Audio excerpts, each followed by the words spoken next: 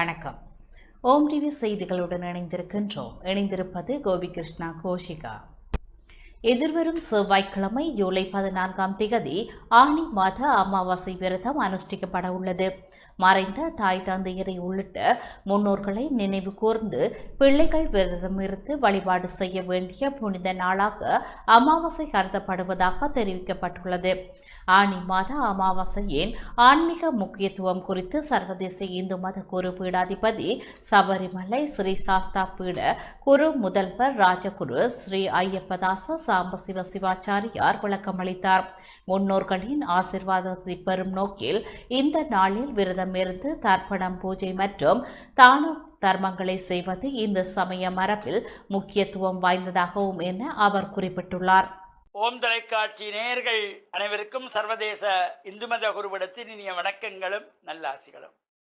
வருகின்ற செவ்வாய்க்கிழமை 14/7/2026 ஆனி மாதம் 30ஆம் நாள் அன்றைய தினம் பிதர்களை வேண்டி விரதமிருந்து வழிபாடு செய்யக்கூடிய அமாவாசை விரதம்.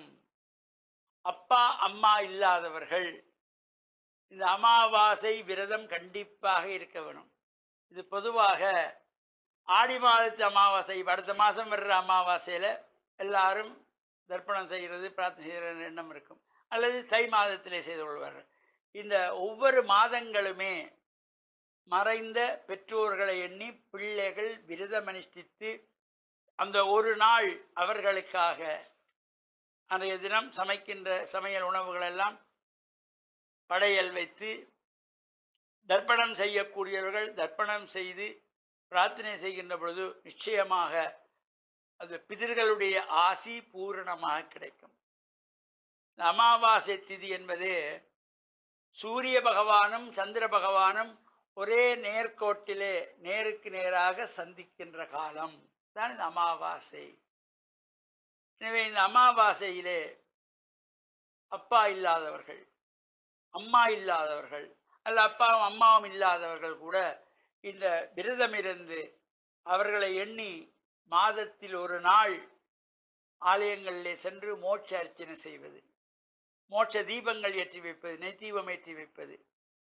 இப்போ அப்பா இல்லை என்னால் அப்பா வயசிலே உள்ள யாராவது ஒருத்தருக்கு எது நமக்கு முடிகிறதோ ஒருவேளை உணவை கொடுக்கலாம், அல்லது அவர்களுக்கு ஒரு வேஷ்டியோ ஒரு வஸ்திரத்தை எடுத்து கொடுக்கலாம். இல்லை அம்மா நமக்கு இல்லை அப்பா இருக்கிறார்கள், அம்மா வயசிலே உள்ள யாராவது வயதான கஷ்டப்பட்டவர்களுக்கு ஒரு சேலையை எடுத்து கொடுக்கலாம், அல்லது அது நமக்குரிய ஒருவேளை உணவை கொடுக்கலாம். இவ்வாறு செய்யப்படுகின்ற பொழுது அந்த பிதிர்கள் சந்தோஷப்படுவார்களாம். அன்றைய தினத்திலே வீடு பூராம் சாம்பிராணி தூபமிட்டு மஞ்சள் தண்ணியெல்லாம் தெளித்து அவருடைய புகைப்படங்களை எடுத்து மஞ்சள் தண்ணியில் கழுவி ஈபுதி பூசி சந்தனம் பொட்டு வச்சு ஒரு பூவை எடுத்து அதில் வச்சு பிரார்த்தனை செய்தாலே இந்த பிதர்கள் மனமகிழ்வார்கள், இந்த பிதர்களுடைய ஆசி கிடைக்கும். எனவே இது ஆடி அமாவாசையில் மட்டும் செய்தால் போதாது, ஒவ்வொரு மாதத்து அமாவாசையிலும் செய்தால் அவ்வளவு உயர்வுகள் கிடைக்கும். அந்த பெற்றோர்களுடைய அன்பும் ஆசியும் மறைந்த பின்பு அவர்கள் பிதர்களானதுக்கப்புறம் நாம் செய்கின்ற இந்த கடமைகளினாலே அவர்கள் மனம் மகிழ்ந்து பிதர்களுடைய ஆசியும் நமக்கு கிடைக்கக்கூடியதாக இருக்கும். எனவே இந்த அமாவாசையிலே அப்பா அம்மா இல்லாதவர்களெல்லாம் விரதமாயிருந்து ஆலயங்களிலே சென்று மோட்ச தீபமேற்றி மோட்ச அர்ச்சனை செய்து நம்மால் முடிந்த வயதானவர்களுக்கு வஸ்திரங்களை கொடுத்து அல்லது ஒரு 4 பேருக்கு சாப்பாடு போட முடிஞ்சால் சாப்பாடை கொடுத்து இவற்றை செய்கின்ற பொழுது பிதர்களுடைய ஆசி கண்டிப்பாக கிடைக்கும் என்ற நல்ல சிந்தனையோடு ஓம் தொலைக்காட்சி நேயர்கள் அனைவருக்கும் சர்வதேச இந்து மத குரு பீடத்தின் சார்பில் நல்லாசிகளை கூறிக்கொள்வதில் மனமகிழ்வு கொள்கிறோம். வணக்கம்.